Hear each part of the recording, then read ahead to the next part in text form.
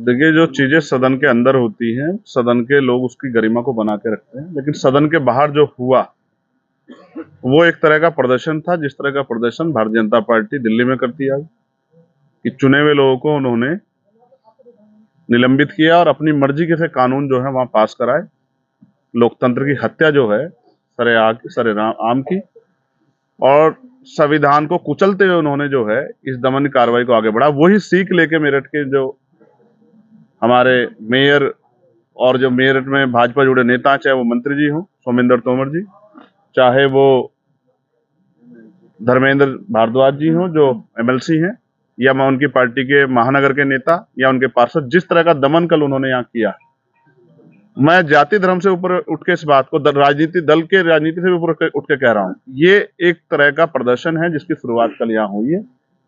शपथ में अन्य पार्टी के लोगों को मारा पीटा गया था, सभासदों को, अब दोबारा से टारगेट किया जाए। अगर इसके खिलाफ हम लोग नहीं लड़े तो हो सकता है कल इनका सदन में घुसना भी भारी हो जाए, वो इनको घुसने भी ना दें।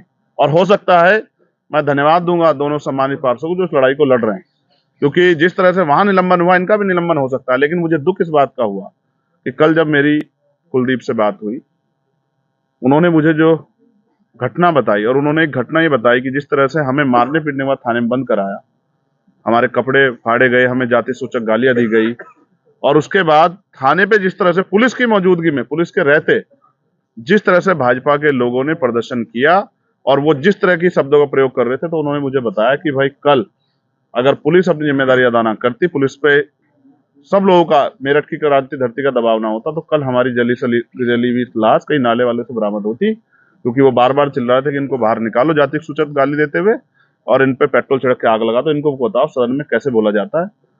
तो मैं समझता हूं जनता ने इनको इसलिए चुन के भेजा है कि उनकी आवाज उठाएं, जो भ्रष्टाचार है उसके खिलाफ बोलें और जनता के हितों कार्य करें। तो ये लड़ाई पार्टी की नहीं है, खाली कुलदीप की नहीं है, हम सब लोग, आशीष की नहीं, हम सब लोग इनके साथ हैं। और हर पटल पे जो हमारे साथी हैं वो सदन में और सड़कों पे भी हम इस लड़ाई को लड़ेंगे, और जब तक उनके खिलाफ मुकदमे होंगे, उनको जेल नहीं भेजा जाएगा, हम लोग इस लड़ाई से पीछे नहीं हटेंगे। उनका संरक्षण करना भी हम पुलिस से भी कहेंगे, वो जिम्मेदार निभाए, इनका संरक्षण करें। उनको भय है, उन्होंने मीडिया के साथियों के सामने बताया कि उनकी जान खतरा है, और मैं भी ये समझता हूं कि उनकी जिंदगी के भय बना हुआ है। इसलिए भीम आर्मी, आजाद समाज पार्टी और सभी दलों के नेताओं से मैं कहूंगा कि वो नजर बना के रखें कि इनके साथ कोई अप्रिय घटना ना घट जाए। और हम लोग 10 तारीख में एक पहले से इंदु शेखर जी के मामले में जब उनकी हत्या हुई थी, उसमें एक पंचायत रखी गई थी, उस परिवार ने रखी थी, उसी पंचायत को हम लोग आगे बढ़ाते हुए 10 तारीख को मैं सभी दलों से मांग करूंगा, और स्पेशली अपने दल के लोगों से, कि वो बढ़ चढ़ के जो है उस पंचायत का हिस्सा बने। और वो पंचायत इस दमन के खिलाफ है, जो कुचलने का काम, विरोध को, विपक्ष को कुचलने का काम कर रही है सरकार, ये उसी खिलाफ है। जो न्याय जन्म से अधिकार है उसको नहीं लेने दे रही है, और न्याय में बाधा बन रहा है भारतीय जनता पार्टी के लोग, और प्रशासन पुलिस के लोगों को मजबूर कर रहे हैं, ये उसी दमन के खिलाफ। तो 10 तारीख को जो पंचायत होगी उसमें देश भर के लोग जुटेंगे। वो पंचायत इसलिए है कि न्याय जन्म से अधिकार होते हुए भी यहाँ सरकार न्याय नहीं लेने दे रही, और जिस तरह का तमाशा किया गया इस समाज को अपमानित करने का काम, ये अपमान हम लोग बर्दाश्त नहीं करेंगे। हमने राजस्थान में भी ऐसे दमन करने वाले चेहरों को सदन से बाहर रखने का काम किया, और यहाँ भी हम लोग भविष्य में तय करेंगे कि ऐसा दमन, सार्वजनिक रूप से दमन करके एक समाज को नीचा दिखाने वाले लोगों को भविष्य में सदन में ना घुसने दिया जाए, इसका भी इंतजाम हम लोग यहाँ करेंगे।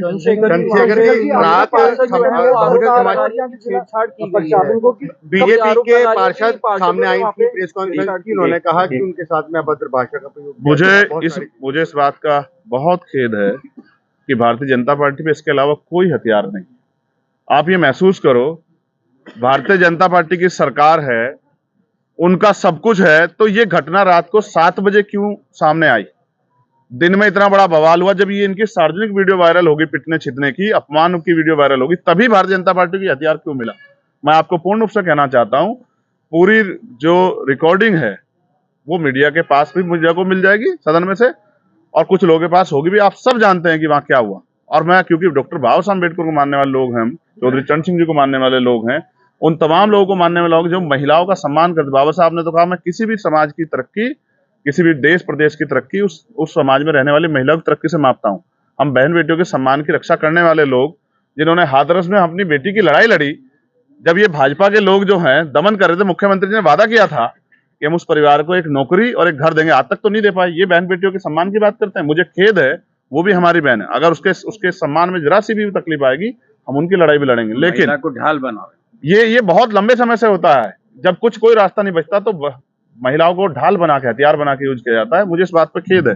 वो हमारी बहन है, उसके सम्मान की रक्षा करने में हमारी जिम्मेदारी है, लेकिन भ्रष्टाचारियों का साथ देना उनको भी नहीं चाहिए।